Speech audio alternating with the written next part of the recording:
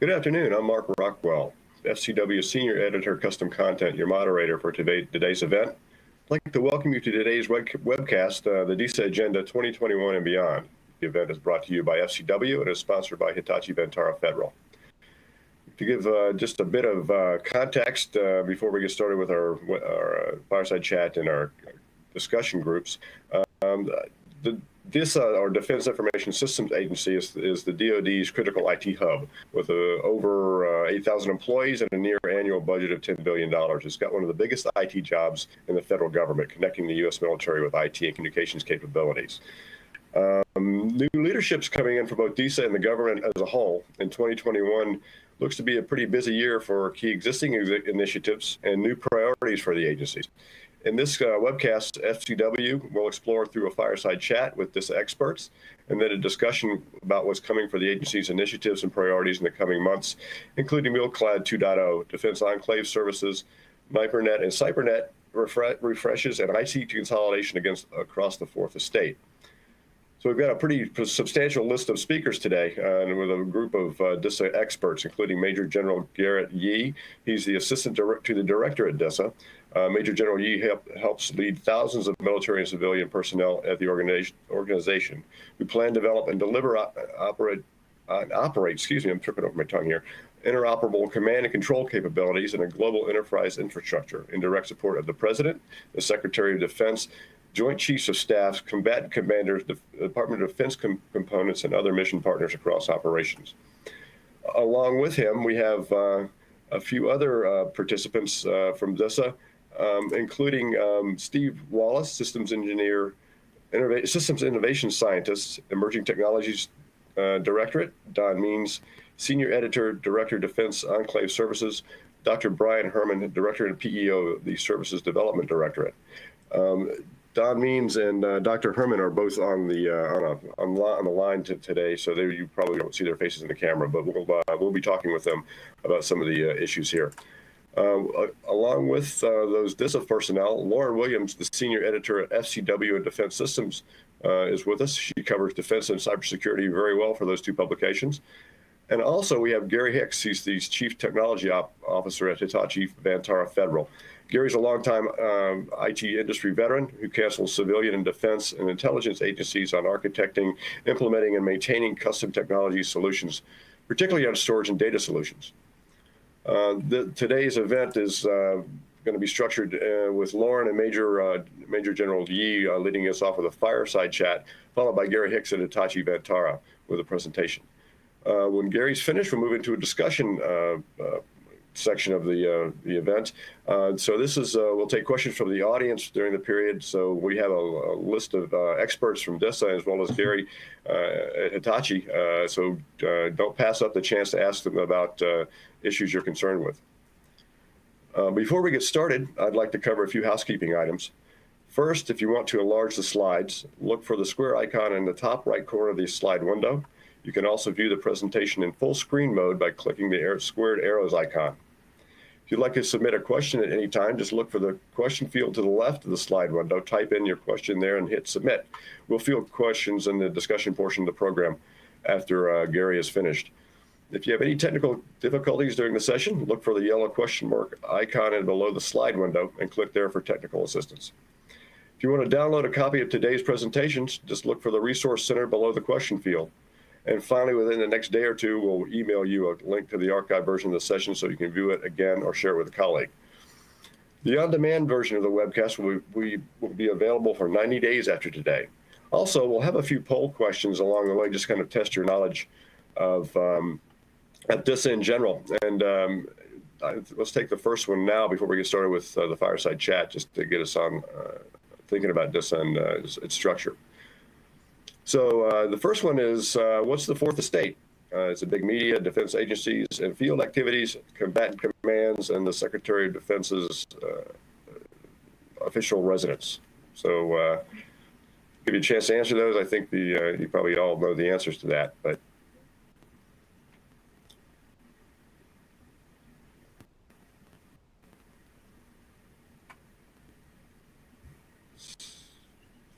so the answer is defense agencies and field activities. So Along with that, I will pass it over to Lauren and Major General Yee.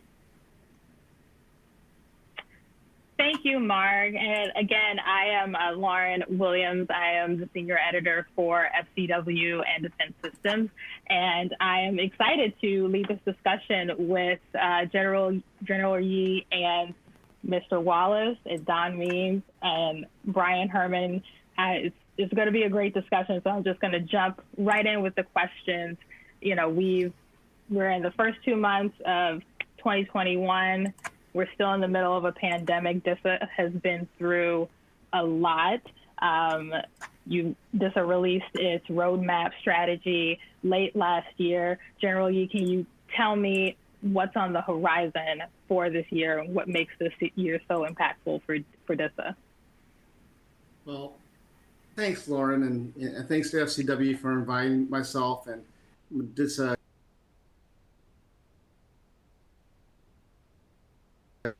I'd first like to say, you know, it's just 303 days of shopping left until Christmas, Lauren.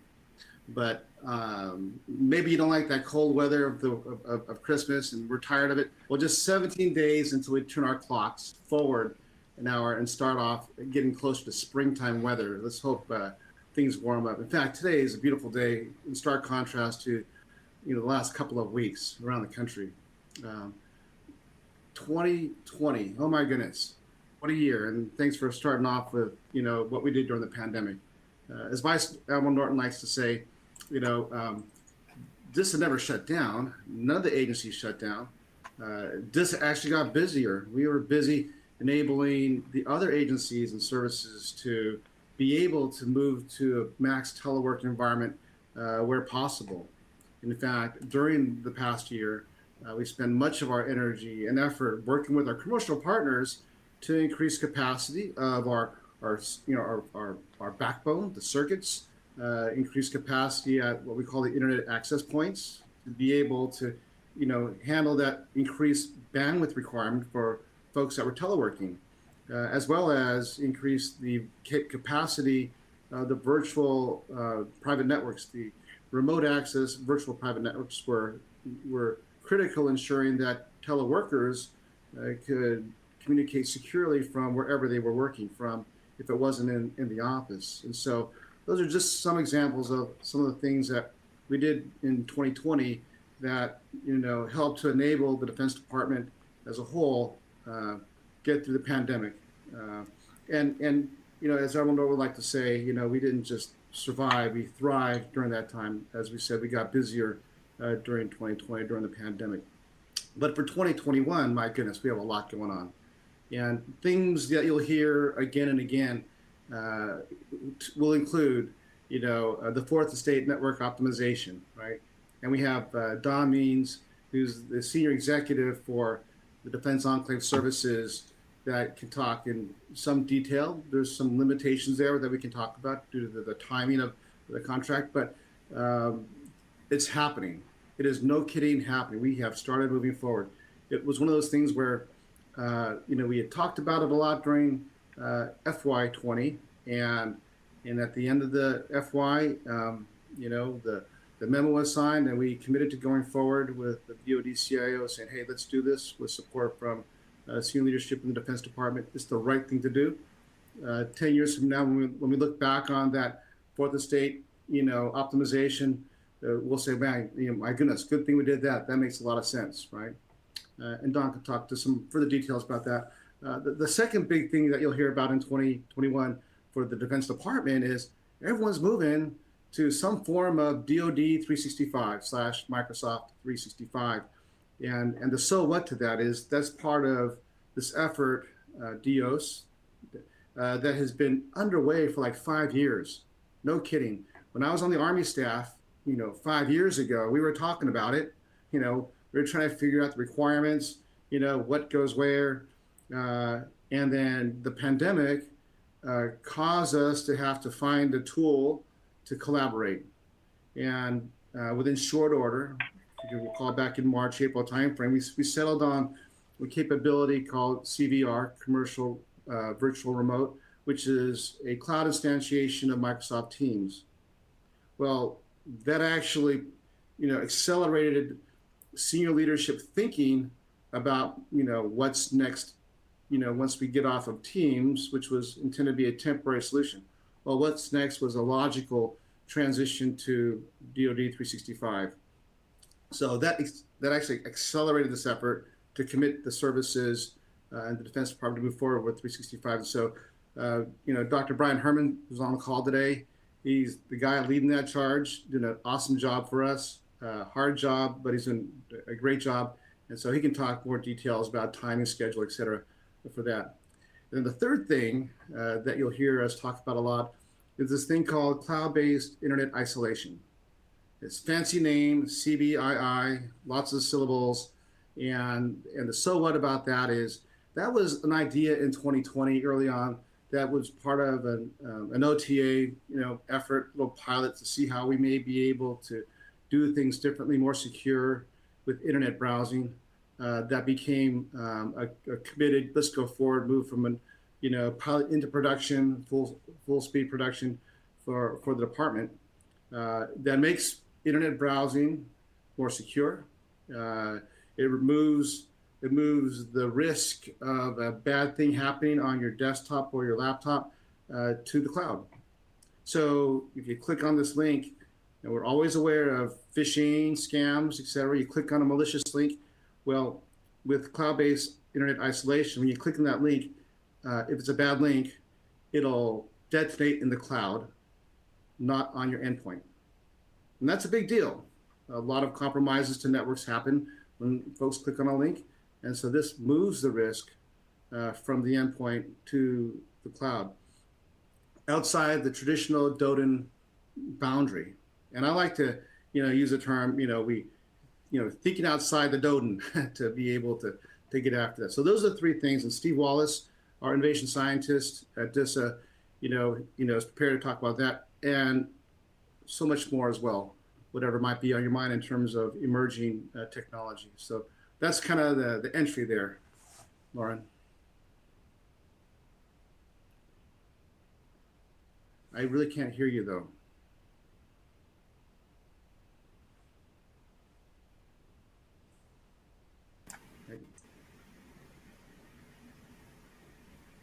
Say something now. I can't hear. Anyone else here, Lauren? I can't hear her either, so. Okay. Mark. Gary. Okay, she's logging out. Well, she's, I'll just keep talking. Well, I can pick up a question for you. Oh, go ahead. I'll pick up another question for her. While we're waiting for her to reconnect. All right. Let's see. What about now? I can hear you now. There, she's back. Okay. Okay. Apologies, technical difficulties on this end.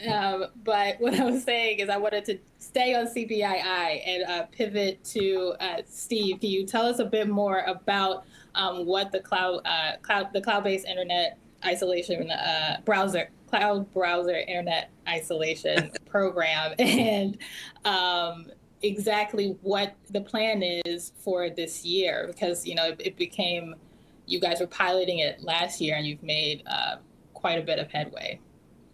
Sure. Thanks, Lauren.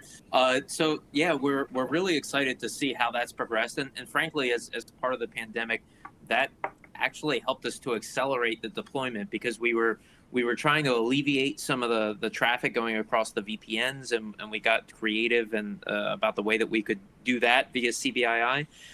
We're sitting at about 180,000 users across the system right now. So we've got a number of the components on. We've got across the entire department, every section of the department right now is testing it in some way, shape, or form. And then we've got a few agencies that have gone all in, and they are 100% onboarded at this point. So DISA being one of them, but we're seeing significant adoption. The contract's got it's 5 years. We expect to scale over that next year to get everyone onboarded. And it's giving everyone a whole different level of insight into what's actually going on with respect to the browser that we didn't have before. Traditionally, you would try to put sensors in the middle of a session to see what was going on.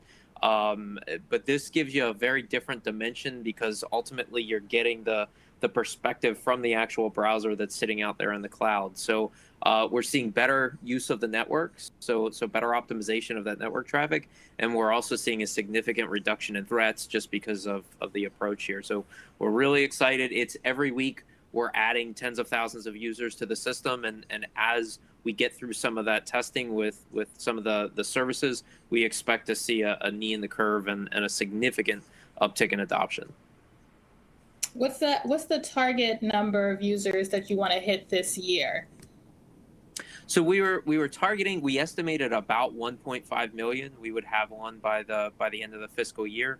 I think we will likely hit that so long as some of the services we can start to onboard them a little bit more quickly. Our target was about that. If we went higher than that, that's okay. The contract's adaptable enough in order to be able to do that. And that's probably another thing that I wanted to point out is our use of the OTA there really helped us to make that contract as malleable as we could, so that we can adapt to whatever we see. If we need to bring on folks more quickly, we can completely do that. We have the flexibility to do that. So it's but about 1.5 is our target, and I think we will certainly hit that. And what else is? Oh, go ahead. Hey, Lauren, if I could add, there's also a user experience piece here that's involved with CBII. And from what we're seeing so far, the user experience is improved using this capability for a number of reasons. But one big thing is the bandwidth utilization for CBII is much less than traditional browsing. And that's part of the reason why it's better. There's other reasons why as well, but once users move over from their traditional way of browsing over to CBII, terms like, I love it, is what you hear because it actually improves that end user experience. So who's the next tranche of users that you plan to migrate onto the solution? So it's, I'm not sure specifically who is the next target. I mean, we've got significant activities with Air Force, with Navy, with the Army. It's really as we work through some of their internal processes and tests, we don't have a specific, well, it's going to be this one or this one or this one. It's we're bringing them on as soon as they are ready and as soon as they're tested. So it frankly, it changes by the day. Different ones make different advances at different times. And so I'd love to say it was certainly this one. But I think it could be really any of them. There's sometimes we have some internal, processes or boards or that kind of thing to work through with the organizations, but it's frankly nothing we haven't seen before. It's just some of that takes time. Okay. And I want to pivot just a little bit to Don Means, and can we talk a little bit about what 4ENO is and what the milestones are for this year? And Don is joining us by phone. Yeah, you've been spared my video, but yeah. So what 4ENO is, and so when you look at the fourth estate, you've got all these different agencies and activities that have, through their own ingenuity, developed their own infrastructures and networks. But what you don't have is a no-kidding fourth estate digital enterprise. And so you've got, varying levels of maturity. You've got varying levels of security. You've got, some that are antiquated, some that are not. And so the DOD CIO emphasized under their IT reform effort that through fourth estate network optimization, that we would focus on enhanced interoperability, enhanced cybersecurity, and obviously cost efficiencies through kind of getting the family plan of economies of scale. And those are the core principles that we're going after. In the end state, you think we'll have a no kidding digital environment where we have visibility out to the endpoints. We've got the same level, we've got the proper level of security. We've got interoperability such that in theory, if you've if you have a laptop at DTIC or at DISA, you should be able to go visit DTAA and be part of the same network. And so there's a lot of advantages, and one of the reasons why the DoD CIO leaned into this reform activity so strongly. Are there cost savings associated with this large migration, and what are the estimates? Yeah, I don't want to get into the specific dollars, but you know, as we do things like we have now we have a hardware contract, a catalog. We're immediately seeing savings just because of economies of scale, and it also is driving a convergence with the technologies and endpoints. And so, you know, but in a short answer, yes, there's definitely cost savings already, just through, again, economies of scale. You know, Lauren, but I would also offer that, you know, this is in the business as a IT service provider, right?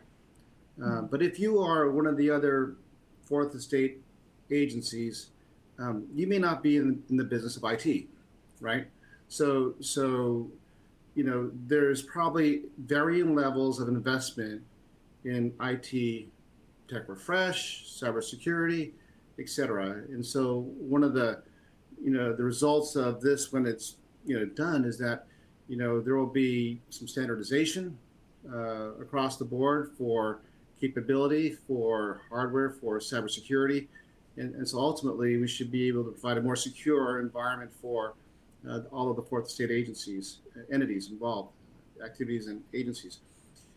You know, years ago, you know, when the internet just kind of first came about, each base, post, camp, and station had, as you know, its own little IT department, its own little director of IT or whatever, and they had their own little connection to the outside world. And over time, you know, the services like the Army, Navy, Air Force started consolidating all of those different base, post, camps, and stations into their own enterprise capability. But what we have is like 24-something different agencies doing their own thing, doing good stuff.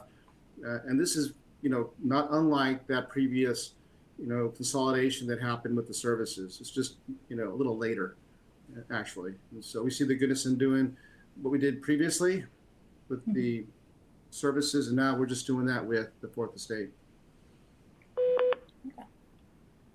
Great. So I want to give Dr. Brian Herman some time to shine here. And we started out talking about COVID and the impact on DISA's mission. We talked about the commercial virtual remote environment and DIOS. And so Dr. Herman, I'd love to get your insights on DIOS and where it is now and what the plan is for this year and next.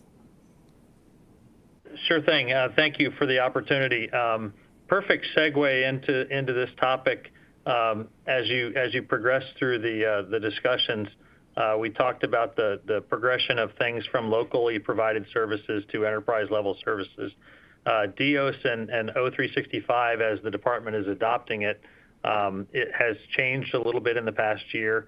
The pivot to move to a federated environment at the impact level 5 or unclassified level or non-classified level has changed the implementation plan for DIOS. And so right now, what we have is the department pursuing multiple enclaves or tenants of Office 365, with the military services providing it for themselves and DISA providing it for those fourth estate defense agencies and field activities, as well as the combatant commands.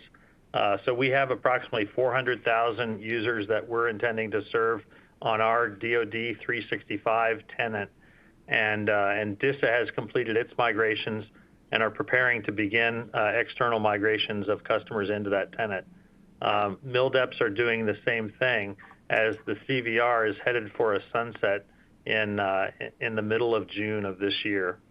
And what that's created has been an interesting environment where we had to have a governance structure for standardization of configurations and security, as well as to ensure interoperability. But we've also had to really have a coordinated effort across the entire department to bring capability parity into the impact level 5 or non-classified hosting environment compared to what you see in the commercial space when Microsoft offers that service. There's just some things that are different about the way we're connected, including the ability to come in from outside of the network, as well as dial in capabilities to the service. So we're working through a lot of technical details on making sure that we can have parity with what folks have gotten used to in CVR. And the DOS program is part of that governance, but we're also charged with the next step, which is going to be stand up the capability as a single tenant in the classified networks for the entire Department of Defense. It's a smaller population, and it's a warfighting network, and so we need to have the same capability at that level, but we need to make sure that the collaboration is just as effective as what we've seen here recently with CVR. I can tell you so far we're really happy with the progress that we have on the non-classified networks, and I think we're gonna be even happier at the classified side. Beyond that, we also have to be worried about how we deliver these capabilities for tactical users that potentially are disconnected from the network at times, and how we make sure that we get performance all around the world, not just here in the continental United States. So we have a lot going on in the DOS program and a lot going on across the entire IT space in the department to make this a reality. But we're pushing hard for parity by June 15th, and doing a lot of migrations to support that. Obviously, the Army has the biggest challenge with the largest number of users that they need to migrate over to their service, but everybody's pitching in and doing their part. Over. Let me just add, Brian and his team has done a fantastic job. We've already migrated our headquarters at DISA. And so I just want to put this out there, because if there's any, service, partners out there listening, and there's trepidation in moving forward with this, because maybe there's some memories of upgrading to Windows 10 a couple years ago. That was really a hard lift for the department, or memories of migrating to enterprise email, 8 or 9 years ago, which some folks still have scar tissue over. Well, the migration so far has been just, incredibly smooth for those of us at the headquarters. So Brian and team have done a good job. So Brian, can you just maybe elaborate on any fears that folks have about migration and what it's actually panned out to be? Over to you, Brian. Yes, sir. So we achieved in the midst of moving our approximately 18,000 users over for DISA, we achieved speeds up to about 4,500 users in one evening, and I think that's something that can be continued to be improved upon.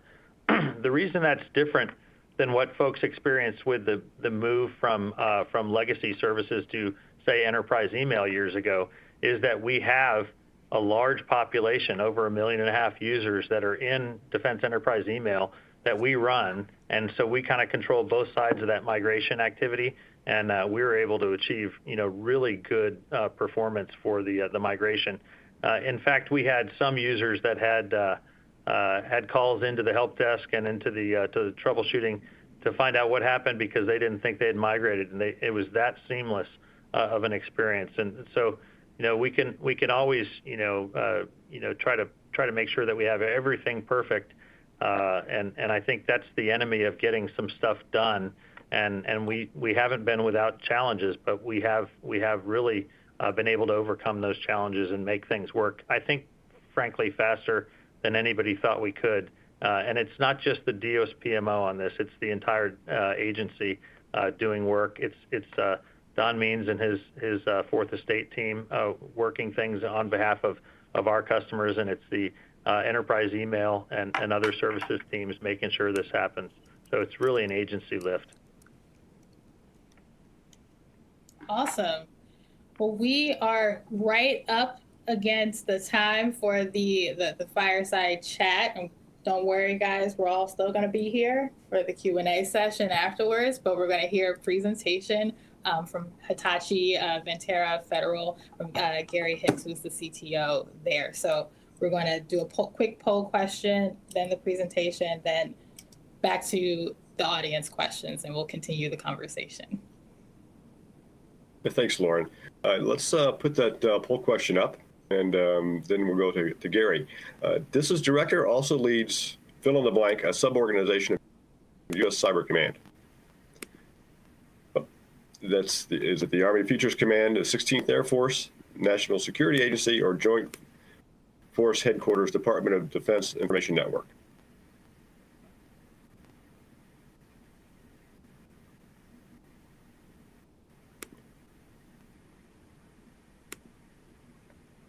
Okay, I think it is the Department of Defense Information Network. So with that, let's hand it over to Gary Hicks and his presentation. Gary? Hey, great. Thank you, Mark, and thank you everyone for joining today.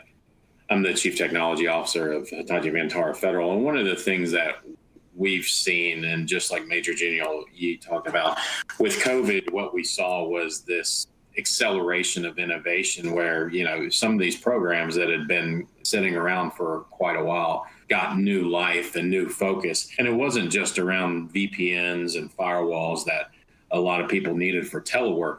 It was taking advantage of the solutions that they already had in place, and in many cases scaling them or applying them to new user environments.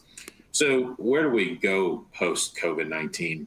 I think it's clear to me anyway that remote work is not going away, and innovation is not slowing down as part of this. So if you look on the right side, you see the kind of the three categories of what we view as solutions that people are experiencing today. The on-prem solution, which is your heritage IT infrastructure, the hybrid solution, which I'll get to in a minute, or the public cloud, which is your Azures, your AWSs, your Google Clouds of the world, or the DOSs of the world, and services that are offered up there. The on-prem solution is where many people tend to think of Hitachi Vantara Federal. We have great block storage, great object storage, as well as network attached storage, and even converged infrastructures that we can offer for customers that still have an on-prem solution. And everyone has some element of an on-prem solution. It may not be very large depending on where they are in their cloud journey, but they definitely have some of that capability. The public cloud solution is somewhere that most people do not think about Hitachi Vantara Federal. When they think about solutions, they think of us as just big iron in the data center. But one of the things that we can offer is our Hitachi Cloud Acceleration Platform and the services that are available for that offering. One of the things we can do is actually help our customers define kind of their cloud journey. We can help them identify workloads and applications and help them align them to the correct place, whether it's in a private cloud on their estate or up in a public cloud. And we can help them with that migration, we either lifting and shipping or doing application refactoring and migration to new platforms that allow them to take the full advantage of the public cloud. And where we see most people coming to kind of a end goal state is this hybrid solution. So it's a mixture and a blend of both, you know, some on-prem capabilities and also some of your workloads and applications up in the public cloud scenario, just like you've heard of with DOS and Office 365. One of the things that we're seeing also is we're able to offer the flexibility of different procurement models. We heard about the cloud-based internet isolation started as an OTA. We're seeing a lot of excitement around OTAs and the ability to, in many cases, shorten that time frame to procurement to get access to these tools that industry can offer. So we are at the forefront as well of offering those different models. We've participated in many OTAs, especially in our cloud practice, but we also offer as a service and flexible procurement models that allow people to procure our technology, refresh their environments with a reduced capital outlay. So I think it's really exciting that we can offer that entire portfolio of services to help people move to the cloud or to that hybrid cloud goal, which is where we see most people ending up. So at the end of the day, we're here to help you realize the value of your data, leverage the new technologies that industry can bring in a new and different manner, whether it's in your core data center or it's helping you migrate to cloud strategy or somewhere in between, which is where most people will be. So thank you for your time today, and back to you, Mark. Thanks, Gary. Now we're going to move on to the Q&A portion. We've got a number of questions in line here, so keep them coming. But before we do that, let's go to our final poll question. We can bring that up. And it's maybe a tricky one for you guys. Who's DISA's current director? Vice Admiral Nancy Norton, Major General Garrett Yee, Lieutenant General Robert Skinner, Lieutenant General Stephen Fogarty. I'll give you a minute on that one.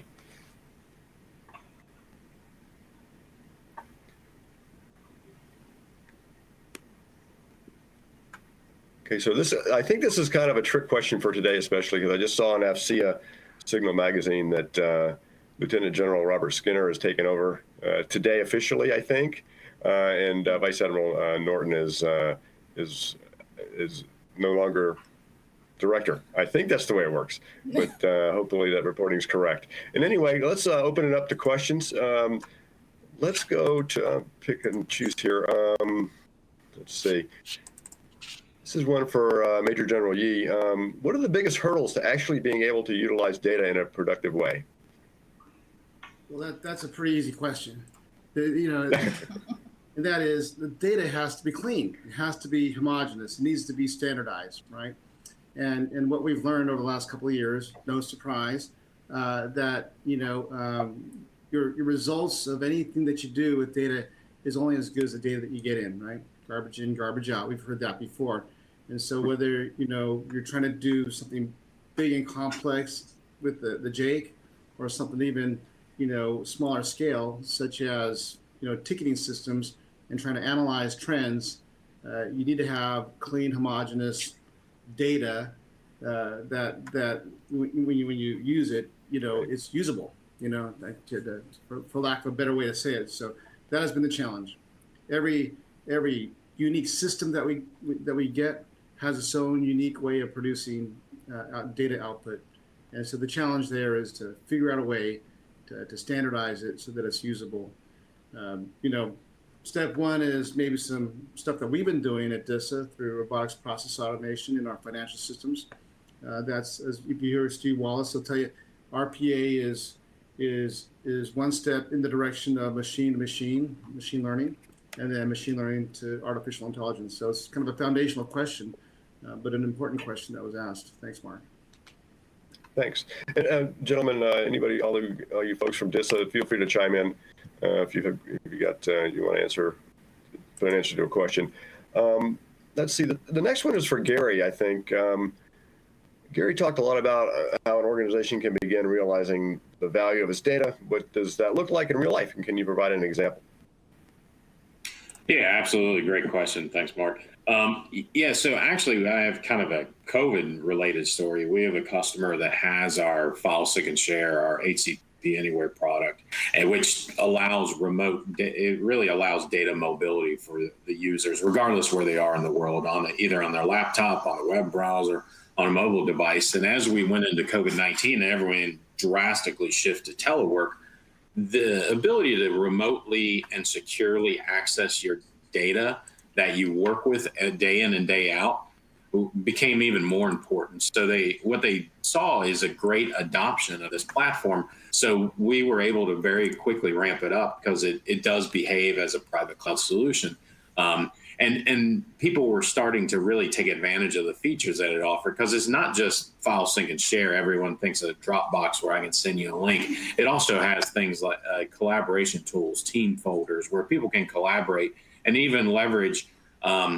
It integrates with Microsoft Office Online as well, where it can become the backend storage. So now I have a reliable data sharing platform that all my remote users that weren't remote yesterday could actually leverage and take advantage of. And we continue to see that growing in adoption. As I mentioned, I don't think we're ever going back to everyone is in the office 100% of the time. I think we've proven that we can effectively work remotely, and tools like that are a great enabler of that remote work and productivity.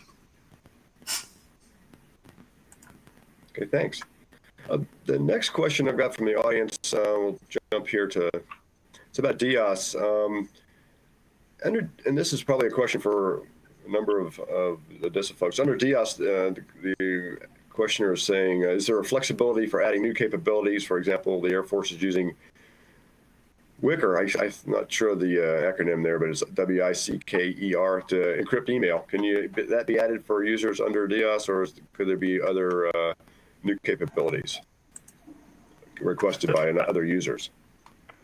Yeah, again, this is Brian Herman. Thank you for the question. So the contract that we put in place for DIOS provides a number of things. It provides the software as a service, it provides the subscription licensing, and it provides some hands-on engineering and operational support for the overall architecture. It also provides for innovation over the course of its 10-year duration, and so it's expected to maintain currency with the commercial offering of the capability itself, as well as it adds additional capabilities that might be complementary, like the example that you saw. So organizations that have additional records management requirements over and above what you can get out of Office 365 can also get those capabilities. And so it's very flexible. It's in fact, we call it a contract. It's a blanket purchase agreement for the entire Department of Defense to leverage. And that means we have the flexibility to add things, mostly things that are on Schedule 70 through GSA, who are our partners in awarding that contract. Over. Thank you. See, the next question I think will be for Major General Yi.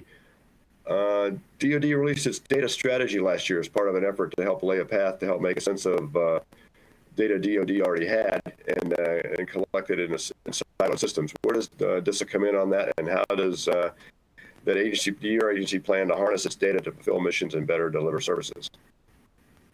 I'll just start, and then I'll hand over to Steve Wallace. But you know, a big part of what the DoD is doing is, you know, collecting disparate data sources to come up with, you know, a dashboard to be able to see things, see itself in ways that maybe it had not been able to see itself previously with data, right? So see data trends, etc.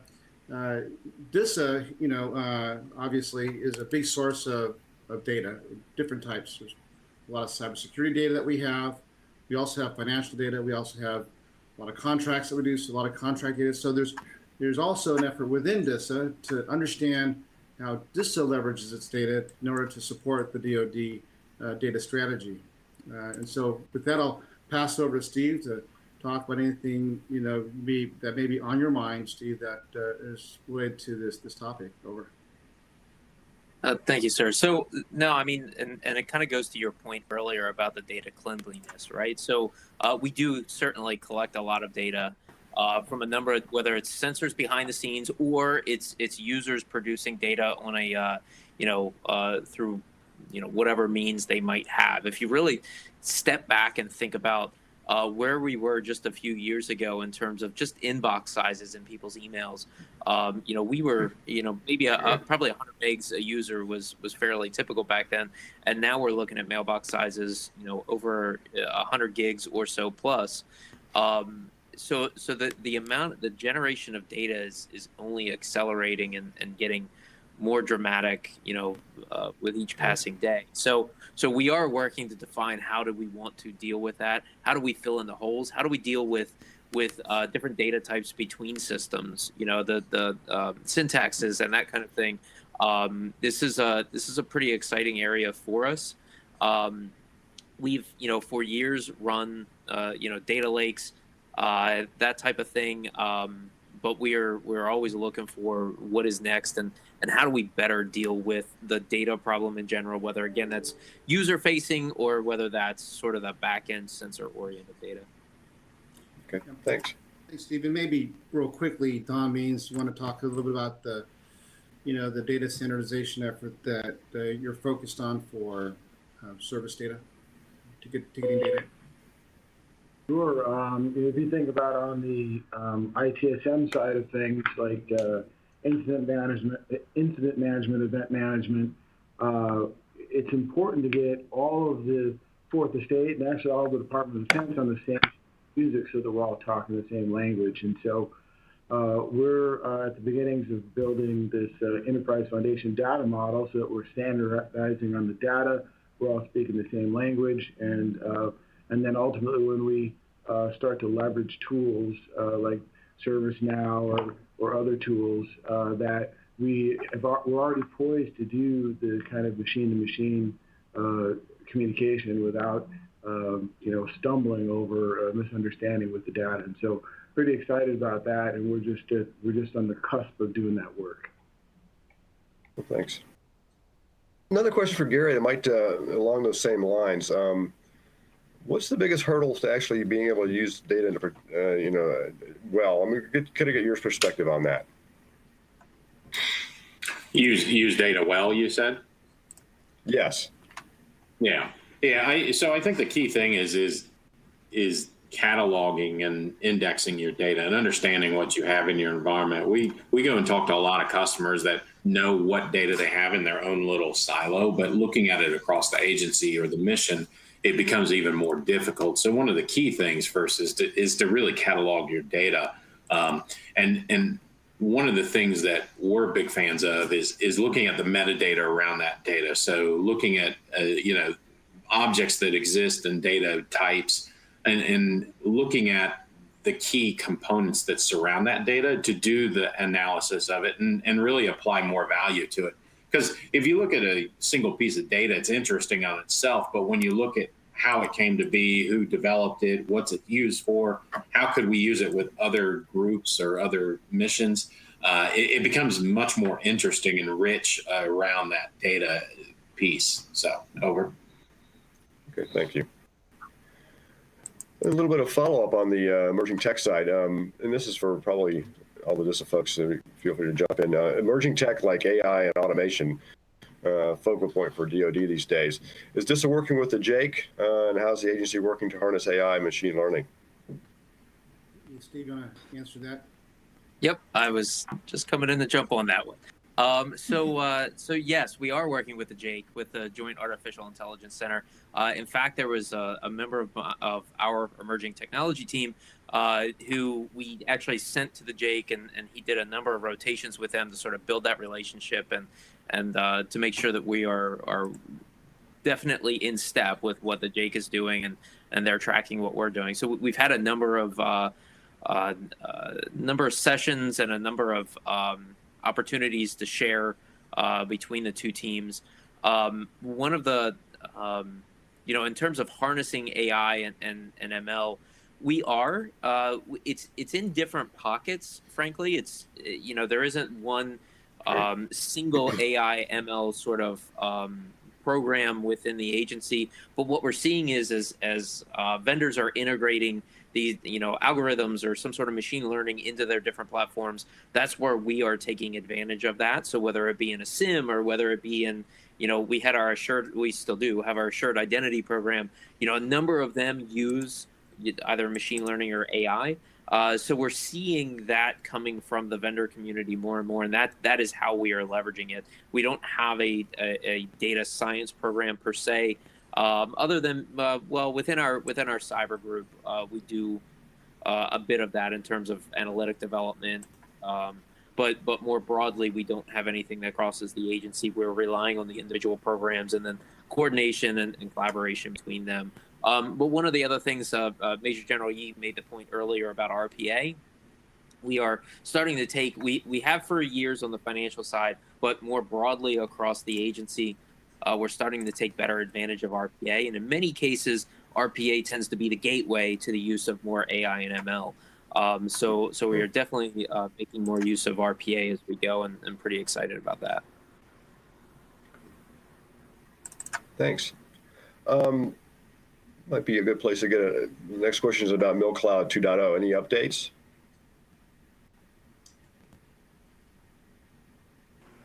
Well, I could provide some comment on that. 2.0 continues to be an important program and effort underway, and so we have seen adoption of it with some of our key mission partners.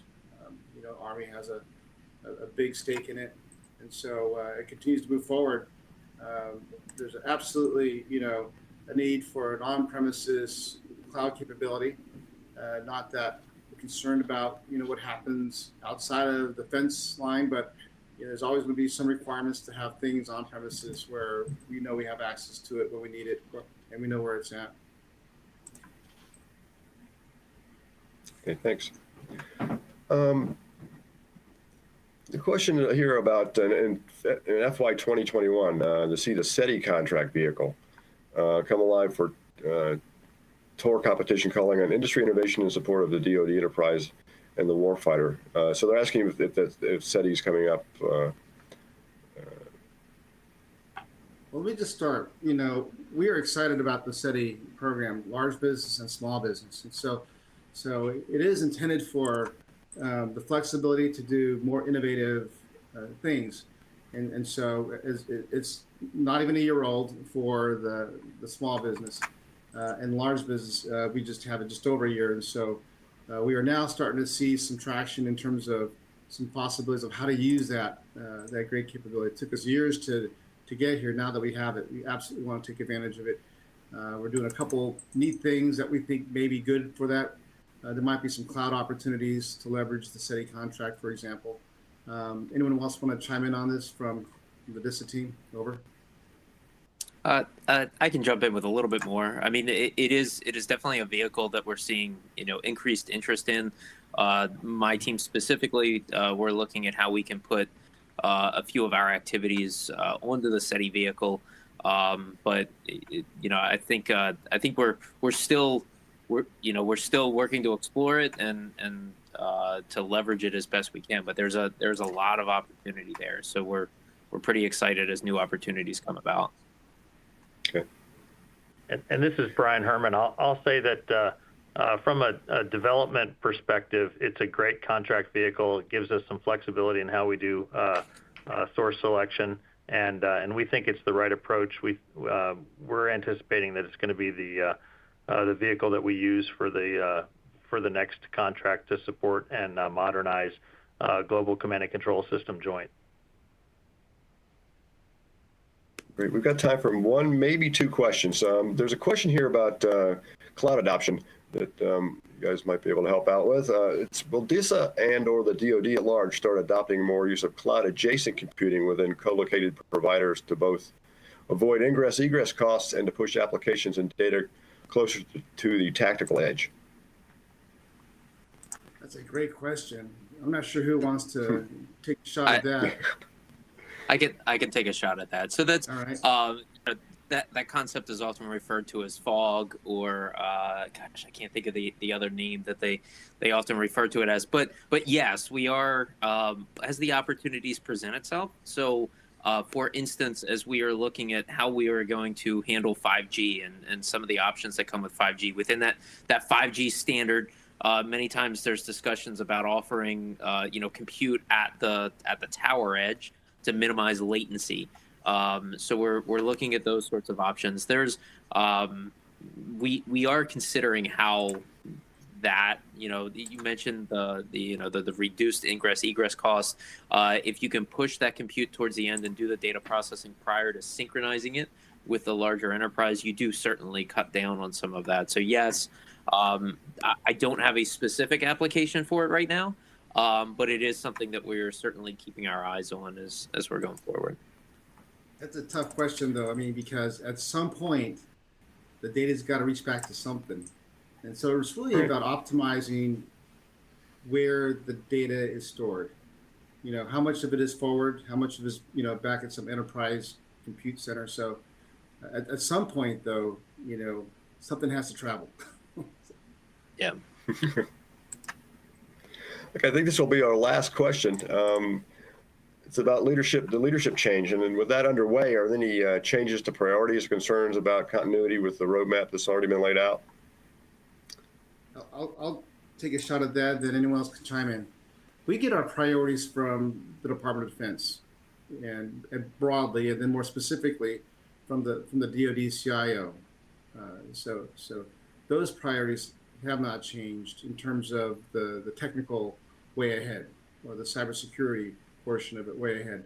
So from a cardinal direction standpoint, we receive our direction from the DoD CIO, and so those priorities haven't changed, right?